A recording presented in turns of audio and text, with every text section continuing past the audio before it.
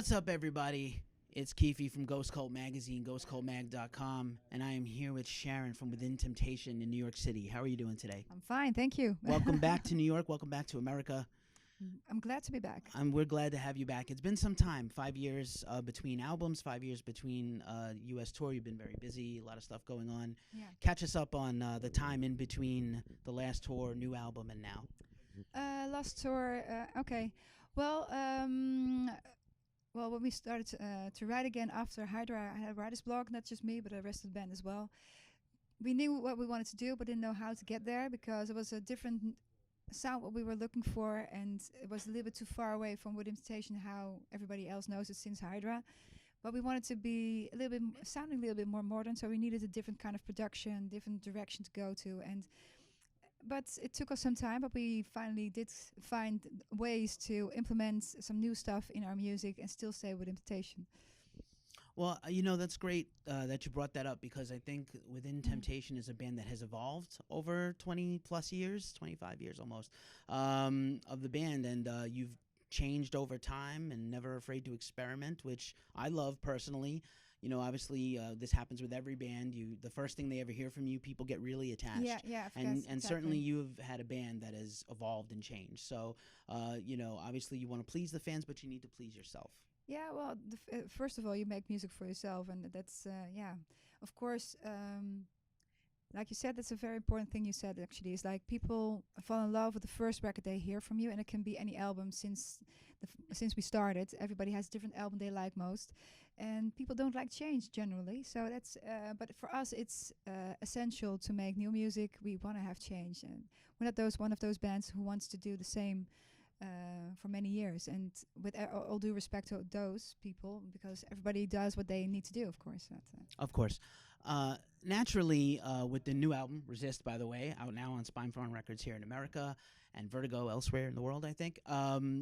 Great album, classic. Some of it is the classic sound. Some of it is some new stuff. Yeah. I really love the collaborations. You've always had guest artists, Mina Caputo being my personal favorite one, but this album's got some great guest artists. And what I wanted to ask you was, does the band write the song first with an artist in mind, or you just kind of create music and then say, who'd be good on that? Or is there another way that comes about? How do you collaborate? No, we always look at the song because that's the most important for us. It's like you write a song and then you figure out later how you're gonna fill it in, and then you look for a person that suits the song. It's like, okay, we want to do a duet, but what, and you think like, okay, this kind of vocal I would need, and then you search for the right person who can possibly do that and wants to do it as well, of course. So it's like, And who's available.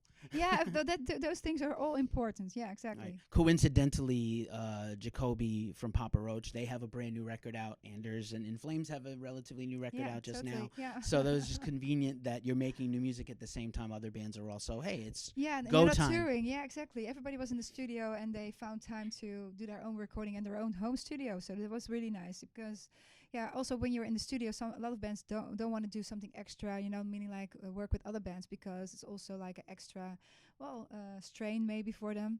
But they both said yes, so we're happy to have them on board. Right, wonderful. And production is also another key thing, especially when you're bringing in tracks from another source. Yeah, and totally. I know that the band always puts a high value on production. Yeah. So great sounding record for those who have yet to hear the record. And if you have, you know how huge this record sounds. And fitting, I think, for the songs, you know. So totally. it's so important. Has your approach to producing changed over the years? You guys are always very collaborative when it comes to that. What do you mean exactly? In terms of just your approach album to album, to get certain sounds to, represent the song quality properly, I think you need a certain kind of production. Yeah, of course. Well, we did change mixers sometimes. It's like we did do some changes within the team, but we were looking always also at the songs and what is changed because of every time we bring out an album, it's 4 years later and there's new technology, there's new way of doing things, and we've learned also through those in that time new things again, and that's what you try to implement every time when you start a new album again. So that's of course. Very well. And moving along, I did want to also mention that I was quite a fan of your solo record that came about in between this period of time, My Indigo. For those who haven't checked it out, you should. And I feel like not obviously musically, but some of if like a little some of the emotions and the themes may have spilled over, I think, a little bit into the new record. Yeah, I think because I started almost immediately after My Indigo, starting writing for the Resist album. Actually, it is a very different album. Different. I think this album was a little bit more political in some ways, and which My Indigo is not. It's totally personal, and but there are also some personal songs on this album that could be. Well, it has some overlap with My Indigo album, I think. Yeah. I thought a little bit too. And, certainly you're conscious of burnout. It's been a thing you've talked about openly, and obviously writer's block and just in general, how to proceed and take Within Temptation to the next level. But certainly we'd love to hear more solo music from you. Besides your solo albums, you've had other tracks and other guest appearances and things. Is there anything on the horizon when when this cycle is over? I know you just started basically, but. Well, it's at the moment we don't. We're just gonna tour for the biggest part of this year, and after the summer we're gonna write some new stuff again probably, and start touring again with the same album beginning next year and see where we're gonna go. We're not sure yet. Maybe South America, maybe somewhere else, maybe Asia. But it's more like we want to start writing very soon again because we have a good flow going on. So, but just want to try to keep it up. Strike while the iron is hot. Exactly. That's a good idea. Right before we began recording and chatting, we talked about the weather, and it's very cold here in New York City. We just had some snow, and I wanted to ask you, how do you keep your voice in shape on the road? Worried about germs and colds and strangers, and all kinds of other maladies for a singer, and the entire band. Really, you're all living together. Well, it's pretty hard actually because difficult. Yesterday I played a Philly. And my voice dropped out halfway during the show. It's like I couldn't sing any low notes anymore, but I could sing the operatic stuff, like Mother Earth and The Heart of Everything. But the things that I needed my low voice for, more speaking kind of voice, it was very difficult. But today I'm a little bit hoarse still, but it's going to be fine, I think. I'm hoping for it. Fingers crossed anyway.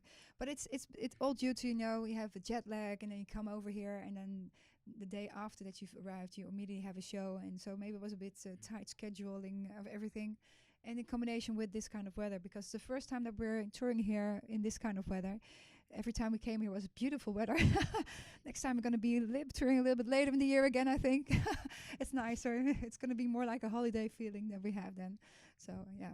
Come back in the fall. Yeah, that's the best way. Right. Anything you need from home to make touring easier? It's hard being away, and things you need to just be happy on the road. Yeah, well, the things that I need, the stuff that you need to prepare yourself, of course, before the show. I've got some typical kind of tea that I love, and that makes me feel at home.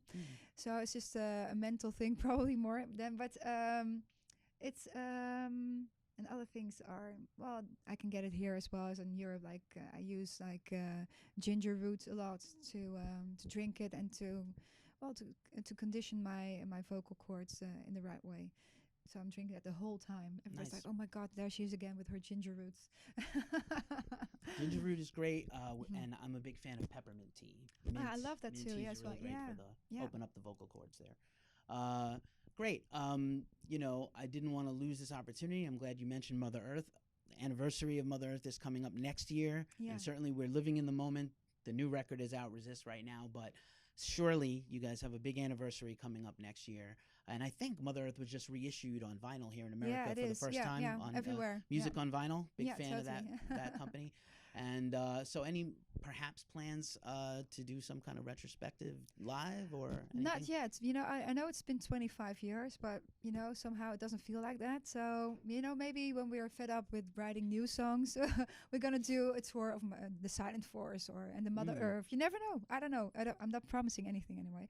But it's more like, it's not like the whole album was that great. It's like certain songs were great. Aww. But it's like, no, that's really what I feel about it. It's like, I like certain songs from every album, but there are also some songs that I thought like, oh, I wish I had never written. Yeah, but those things happen, but then for other people, those are songs that they really like, and they don't like the ones that I'm liking. So it's all a very personal and individual kind of thing. Well, it's all part of the process. and of course creatively, right? You change, and you can't, you certainly love all your children, but you can't love all your songs, right? Exactly. I've heard that before.